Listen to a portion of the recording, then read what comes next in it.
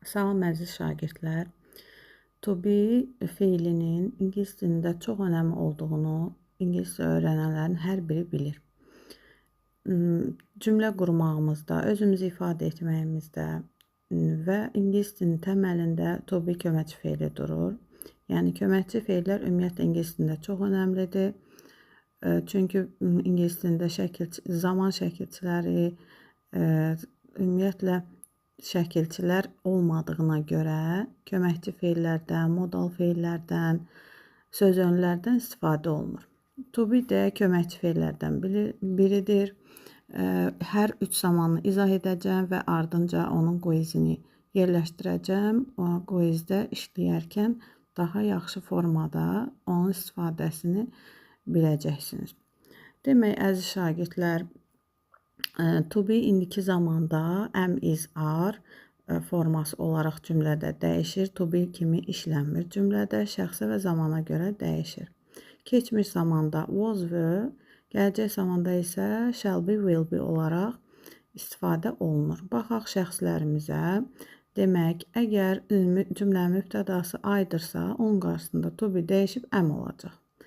Biz onu cümlədə I am happy, I am tired və s. bu formada I am a student işlədirik. Əgər cümlənin mübtədasında you, we, they varsa, yəni cəm şəxslərdən söhbət gedirsə, orada to be dəyişib are olacaq. You sözü həm sən, həm siz demək olduğuna baxmayaraq, ingilis dilində həmişə onun xəbəri cəmdə olur. Heç vaxt biz onu sən kimi yox, siz kimi götürürük. Demək, he, she, it üçüncü şəxsin təkidir. Onların qarşısında to be feili dəyişərək is olur və bu təkcə üçüncü şəxsin təkində olan he, she, itdən ibarət deyil. Bizim mübtədamız ümumiyyətlə əgər tək şəxsdirsə, yəni my father ola bilər, my friend ola bilər, my teacher ola bilər, a teacher ola bilər, ümumiyyətlə my classmate ola bilər, a dog ola bilər və s. Əgər tək bir göstərici varsa mübtədada, yəni burada cəmlik yoxdursa, biz izdən istifadə edəcəyik. Əgər mübtədamız ümumiyyətlə you, we, they olmasa da cəmdən söhbət gedirsə, orada children, people, my friends, my daughters, my sisters və s. varsa, o zaman biz mütləq şəkildə are, yəni cəm xəbər formasında olan to be-ni seçəcəyik. Cümlələr də burada gözümüzün qarşısındadır. Diqqətlə onları oxumaq lazımdır. İndi keçirik inkar formasına. İnkar cümlələrində am, is, are-ın qarşısına sadəcə not artırılır və bizim qarşımıza adətən bu qısalmış formada çıxır. Yəni not ayrıca yazılı formada qarşımıza nadir hallarda çıxır. Bunların da qısalmış formasını yaxşı formada bilməliyik. Əgər biz cümlədə təsdiqdə deyilsə, yəni durdur şəkilçisini əvəz edir am, is, are, demək olar ki, çünki ingilis dilində şəkilçi olmadığına görə köməkçi feillərdən, modal feillərdən və söz önlərdən istifadə olunur. Həmin o köməkçi feillərdən biri də və ən çox istifadə olunanlarından biri də to be-dir. Ona görə də uşaqlar to be-ni mükəmməl bilmək lazımdır. İstər danışıqda, istər qrammatik tapşırıqlar işləməkdə sizə çox böyük kömək olur. İnkar formada, əgər mən demək istəyirəm ki, mən şagird deyiləm, I am not a student istifadə edirik. O tələbə deyil, o müəllim deyil və s. Belə bir cümlə qurmaq istəyiriksə, deyirik he is not a teacher, he is not a student və s. Söhbət cəm mübtədalardan gedirsə, o zaman we are not, they are not, you are not istifadə edəcəyik. Sual formasında Azərbaycan dilindən fərqli olaraq bizim dildə yalnız intonasiya fərqi olur. Amma ingilis dilində elə deyil. Xəbər keçir cümlənin önünə, yəni mübtəda qalır ikinci yerdə. Xəbər keçir cümlənin önünə və burada sual forması yaranır. Yəni bütün zamanlarda və bütün cümlələrdə bu şey mütləq şəkildə baş verir. Yəni xəbəri biz keçirik mübtədadan əvvələ, orada sual forması yaradırıq. Bizim də xəbərimiz əmizar olduğuna görə indiki zamanda biz burada arı, əmi və izi keçirik önə. Bu əlbəttə ki, demək ümumi sual formasıdır.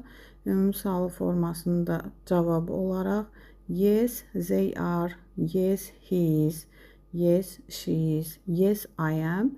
Əksi isə əgər xeyir deyilsə demək istəyiriksə no, they aren't, no, she isn't, no, you aren't, no, I am not cavabı ilə cavablandırılır. Demək, keçmiş zaman formasında isə was və olaraq dəyişir to be. Yəni, tək şəxslərin hamısında was, cəm şəxslərdə isə were işlənir. I-ın qarşısında da was, he, she, it. Bütün tək şəxslərdə bayaq sadaladığım kimi my friend, my father ola bilər, Samir, Kamil, bir nəfərin adı çəkilə bilər. Yenə də bu tək şəxs sayılır və was xəbəri ilə istifadə olunacaq. Bu artıq keçmiş zaman cümlələridir. Keçmişdə olan cümləni ifadə etmək üçün to be-ni keçmişdə was və olaraq dəyişib istifadə edirik. Təsdiq cümlədə əlbəttə ki, inkarda isə wasn't, weren't istifadə olunur. Əgər biz bu cümlələri suala çevirmək istəyiriksə, indiki zaman formasında olduğu kimi xəbəri, yəni to be-ni, was və-nü keçirdirik. Mübtədadan əvvələ cavab olaraq yes, they were, yes, I was, yes, she was. İnkar formada cavab vermək istəyiriksə no, they weren't, no, she wasn't və s. istifadə edirik. Gələcək zaman formasında isə to be, will be, shall be olaraq dəyişir. Shall bildiyimiz kimi gələcək zaman göstəricisidir. Will də həmçinin. Demək, mübtəda əgər I və we-dirsə, o zaman shall be istifadə edirik. Qalan bütün mübtədalarda will be istifadə edirik. Burada yalnız gələcək zaman göstəricisi will, shall olaraq dəyişir. To be kökündə olduğu kimi be olaraq qalır. Cümlələrdə də görürük ki, biz will-dən də istifadə edə bilərik. Birinci şəxsin təkində və cəmində həm də will-dən istifadə edə bilərik. Müasir ingilis dilində ümumiyyətlə shall-i istifadə etmirlər, ancaq dim imtahanlarında qarşımıza çıxa bilər və dim kitablarında, test toplularında qarşımıza çıxa bilər deyə biz bunu öyrənməliyik. İnkar formasında will not be, shall not be olacaq. Qısa formalarını yenə bilmək lazımdır. Diqqət yetirək, çünki qarşımıza əsasən qısalmış formalar çıxır.